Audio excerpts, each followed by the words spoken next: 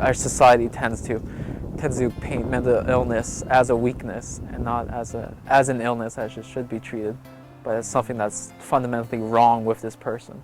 It's something that's going on with someone that you can't see. You don't know to ask the questions right away, so you've got to be intuitive. So when you're struggling with this stuff, mental health, it encompasses really everything, and you got to, talk about it. You got to acknowledge it. I believe that the overall perception of mental health on campus is that it's a veiled one. I think STU is like most universities. Mental health is not a topic people openly talk about.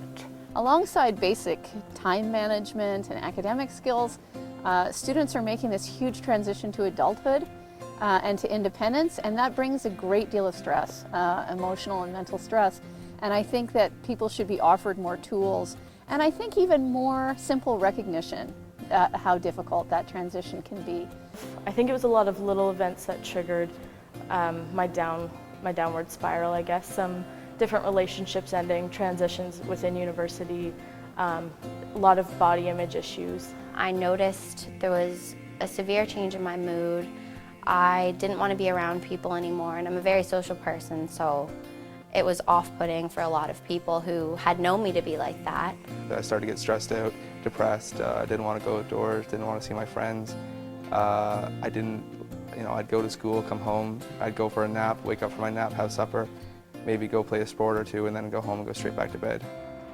I was in my third year of university, and I started losing a lot of weight, and a lot of people around me were very critical of it, and it just made me want to do it more.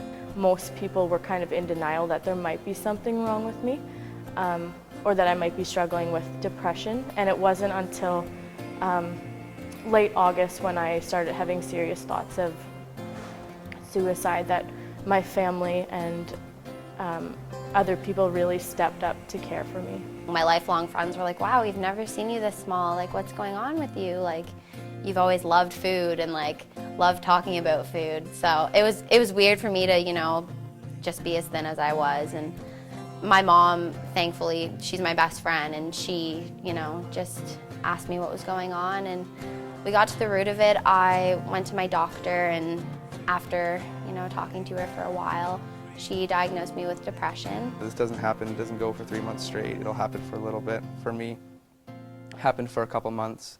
It gets better, and then you think it's gone, and then it sneaks back up on you again and happens again. And without you even realizing it, you're back in your bed sleeping all day and not socializing with anyone.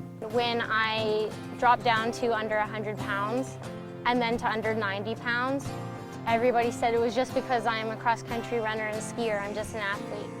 And then when I didn't want to get out of bed and it took me months to recover from a bout of pneumonia, when it should have only taken me a few weeks, everyone said I was just melancholic because I was a teenager.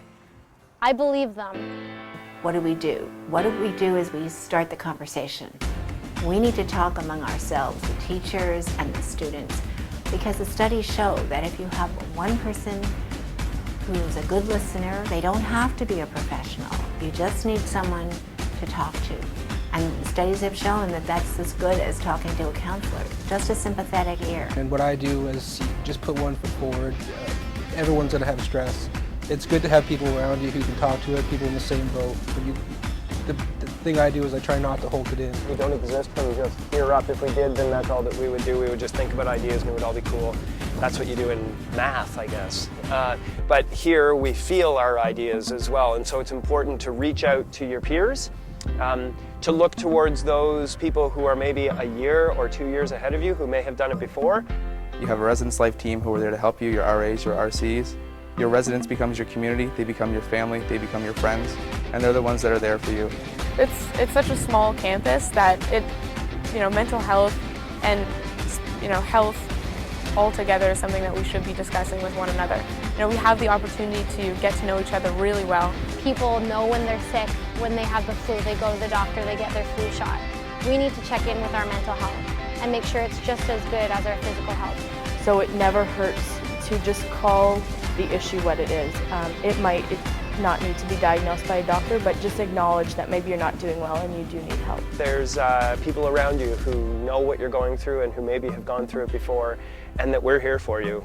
and there's nothing to be afraid of, really, and there's nothing to feel bad about if things are shaken down, that there's always going to be somebody there to catch you.